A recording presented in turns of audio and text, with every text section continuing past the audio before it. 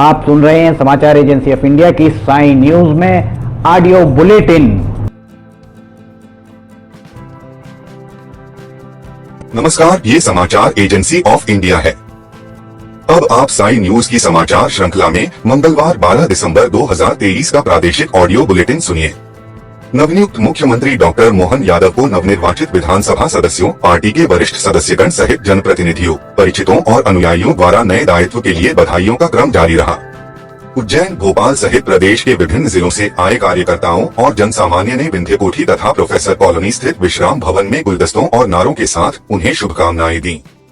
नवनियुक्त मुख्यमंत्री डॉक्टर यादव ने उनका अभिवादन स्वीकार कर धन्यवाद दिया। नवनियुक्त मुख्यमंत्री डॉक्टर मोहन यादव ने पूर्व मुख्यमंत्री सुश्री उमा भारती के निवास पहुंचकर उनसे भेंट की और आशीर्वाद प्राप्त किया। सुश्री उमा भारती ने तिलक कर तथा मिष्ठान खिलाकर डॉक्टर मोहन यादव का अभिवादन किया। पूर्व मुख्यमंत्री एवं कांग्रेस के प्रदेशाध्यक्ष कमलनाथ ने भी मुख्यमंत्री से भेंट कर उन्हें बधाई दी है।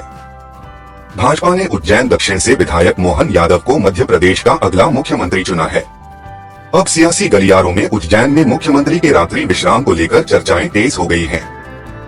कहा जा रहा है कि मुख्यमंत्री उज्जैन में रात नहीं गुजार पाएंगे। दरअसल इसके पीछे एक प्राचीन मान्यता को माना जा रहा है। उज्जैन को महाकाल की नगरी माना जाता है। उज्जैन को लेकर मान्यता यह है कि इस शहर के मालिक महाकाल हैं।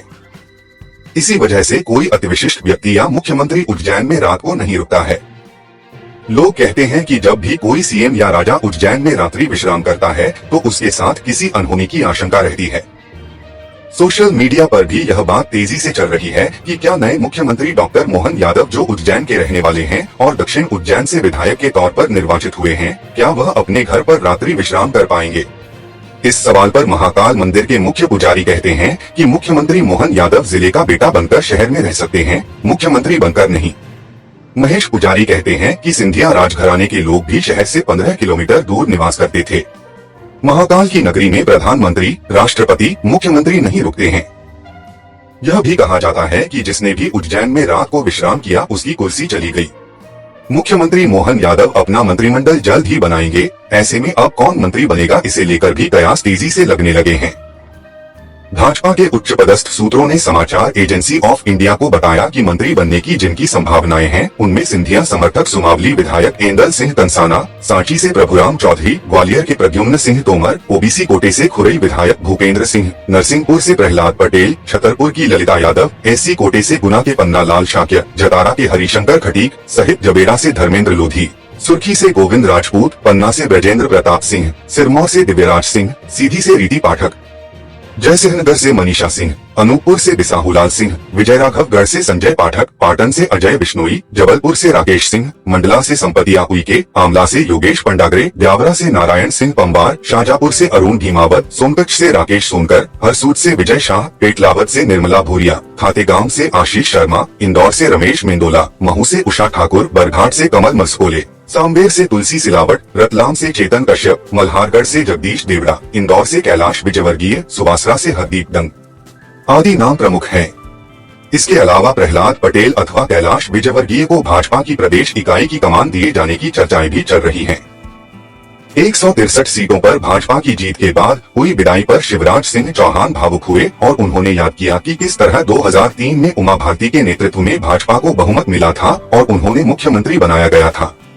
शिवराज ने कहा कि उन्हें इस बात की खुशी है कि जब विदाई हुई है तो भाजपा को भारी बहुमत से जीत मिली है और अब तक की सर्वाधिक वोट शेयर वाली अर्थात 48.55% वाली सरकार बनाकर जा रही हैं। उन्होंने इस बात का भी संतोष जाहिर किया कि जब उन्होंने कमान संभाली थी तो यह बीमारू राज्य था और उन्होंने विकास का लंबा सफर तय किया।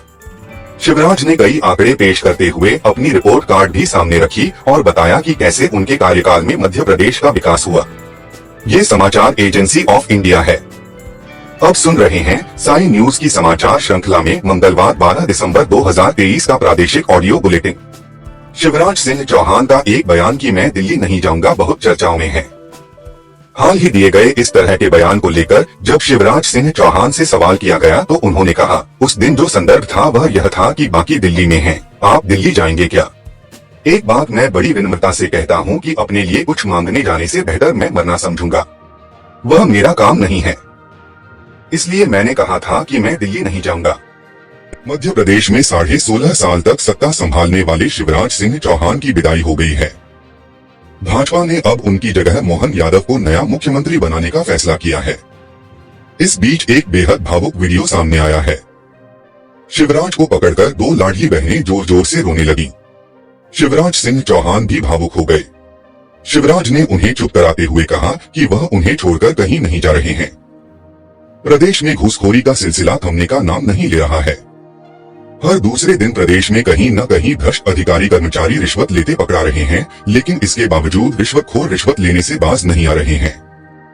ताजा मामला प्रदेश के सिवनी जिले का है, जहां मंगलवार को लोकायुक्त की टीम ने 20 निरीक्षक को रिश्वत लेते हुए रंगे हाथों गिरफ्तार किया है। सीड इंस्पेक्टर महिला अधिकारी 20,000 रुपए की रिश्वत ले रही थी, जिनके खिलाफ लोकायुक्त में शिकायत की गई थी। जबलपुर लोकायुक्त की टीम ने सिवनी में बड़ी कार्रवाई को अंजाम देते हुए सिवनी बीज निगम कार्यालय में पदस्थ बीज निरीक्षक कृष्णा चौहान को रिश्वत लेते हुए रंगे हाथों गिरफ्तार किया है। सीड इंस्पेक्टर कृष्णा चौहान ने एक बीज व्यापारी शिवनाथ चंद्रवंशी से बीज की प्रामाणिकता और उसकी टैगिंग के एवज में घूस की मांग की थी। प्रदेश सरकार के नए मंत्रियों के लिए गृह विभाग ने 20 वाहन तैयार किए हैं। ये इनोवा क्रिस्टा है। 14 और यही गाड़ियां खरीदने का प्रस्ताव है। नए वाहनों की खरीदी नहीं हो पाती है तो 20 के अतिरिक्त मंत्रियों को फिलहाल 1 से 8 साल के पुराने वाहनों में ही सफर करना पड़ेगा। गृह विभाग ने 20 गाड़ियां पिछले वर्ष ही खरीदी थी। सबसे पहले यही वाहन मंत्रियों को दिए जाएंगे। स्टेट गैराज के अधिकारियों ने बताया कि मंत्रियों को वाहन उपलब्ध कराने की पूरी तैयारी है। अभी यह तय नहीं है कि शुरुआत में कितने मंत्री बनेंगे, लेकिन पुरानी और नई सभी गाड़ियों को अच्छी तरह से दुरुस्त कराया गया है। जहां पर मंत्रियों का शपथ ग्रहण होगा, वहीं पर सरकारी वाहन उन्हें उपलब्ध कराए जाएंगे। ये समाचार एजेंसी ऑफ इंडिया है। अब सुन रहे हैं साई न्यूज की समाचार श्रृंखला में मंगलवार 12 दिसंबर 2023 का प्रादेशिक ऑडियो बुलेटिन। हिंदूवादी व भाजपा नेता जयभान सिंह पवैया की सुरक्षा को बढ़ाया गया है। बताया जा रहा है कि पवैया को कट्टरवादी संगठनों से खतरा है। बताया जाता है कि यह कदम इसलिए उठाया गया है क्योंकि जनवरी माह में अयोध्या में नवनिर्मित राम मंदिर को जनता का समर्पित किया जाएगा। इसके मद्देनजर कट्टरवादी संगठन 1992 में बाबरी मस्जिद विध्वंस में शामिल हिंदूवादी नेताओं के खिलाफ साजिश रच सकते हैं। चूंकि जयभान सिंह पवैया तत्कालीन समय में बजरंग दल के राष्ट्रीय अध्यक्ष थे और राम मंदिर आंदोलन के प्रमुख नेता था, ऐसे में उन्हें खतरा हो सकता है। इस बात का देखते हुए उनकी सुरक्षा को बढ़ाया गया है। प्रदेश के अलीराजपुर जिले के ग्राम खंडाला डावरी फलिया में मंगलवार शाम बड़ा हादसा हो गया। यहाँ करीब 5 साल का मासूम बोरवेल में गिर गया। घटना के तुरंत बाद ग्रामीणों ने इसकी सूचना पुलिस को दी। सूचना के बाद कलेक्टर, पुलिस अधीक्षक और SDRF की टीम मौके पर पहुंच गई है। मासूम को बचाने के लिए बचाव कार्य शुरू कर दिया है। प्राप्त जानकारी के मुताबिक मासूम 20 फीट की गहराई पर फंसा है। बच्चों को बचाने के लिए JCB से खुदाई शुरू कर दिया गया है। बच्चे को नली के जरिए ऑक्सीजन सप्लाई की जा रही है। बोरवेल के दोनों तरफ से JCB की मदद से खुदाई की जा रही है। वहीं सुरक्षा के दृष्टिकोण से बोरवेल के चारों तरफ बैरिकेड्स लगाए गए हैं और पुलिस बल भी तैनात किया गया है। जाड़ा अर्थात सर्दी की याद करते ही दिसंबर का महीना ज़हन में आने लगता है। दिसंबर माह में रात के साथ साथ दिन में भी ठंड का सामना करना पड़ता है। दिसंबर के पहले सप्ताह में रात की तुलना में दिन ज्यादा ठंडे रहे। बादल, बारिश व कोहरे के कारण दिन में तापमान सामान्य से नीचे रहा। इस कारण ठंड रही, लेकिन रात में ठंड नहीं रही। इस हफ्ते मौसम का मिजाज बदलने लगा है। मौसम विभाग के सूत्रों ने समाचार एजेंसी ऑफ इंडिया को बताया कि जम्मू कश्मीर में पश्चिमी विक्षोभ सक्रिय हो गया है। इससे सक्रिय होने से 2 दिन उत्तरी हवा शांत रहेगी। इसके कमजोर पड़े पर 48 घंटे में उत्तरी हवा जोर पकड़ सकती है, जिससे रात में कड़ाके की ठंड शुरू होगी। सूत्रों ने बताया कि बंगाल की खाड़ी में बन रहे सिस्टम कमजोर पड़ चुके हैं। इससे पूर्वी हवा शांत है। पिछले 2 दिनों से उत्तरी हवा चल रही थी। इससे रात के तापमान में गिरावट दर्ज हुई है। आसमान साफ होने पर दिन में धूप निकलने लगी है। दिन का तापमान बढ़ गया है और सामान्य से ऊपर पहुंच गया है। पहले सप्ताह में जो ठंडक थी, अब उतनी नहीं रही है। जम्मू कश्मीर में पश्चिमी विक्षोभ सक्रिय है। यहाँ पर बर्फबारी हो रही है। दूसरा अरब सागर में चक्रवातीय घेरा बना है, जिससे हवा में नमी आ रही है। दोनों सिस्टम की वजह से उत्तरी हवा शांत है। दिन में उत्तरी हवा शांत रहने से धूप तेज हो गई है। हालांकि रात में ओस गिरने से ठंडक बढ़ी है।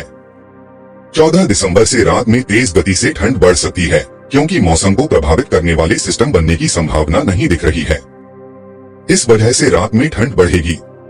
आप सुन रहे थे समाचार एजेंसी ऑफ इंडिया की साई न्यूज की समाचार श्रृंखला में मंगलवार 12 दिसंबर 2023 का प्रादेशिक ऑडियो बुलेटिन।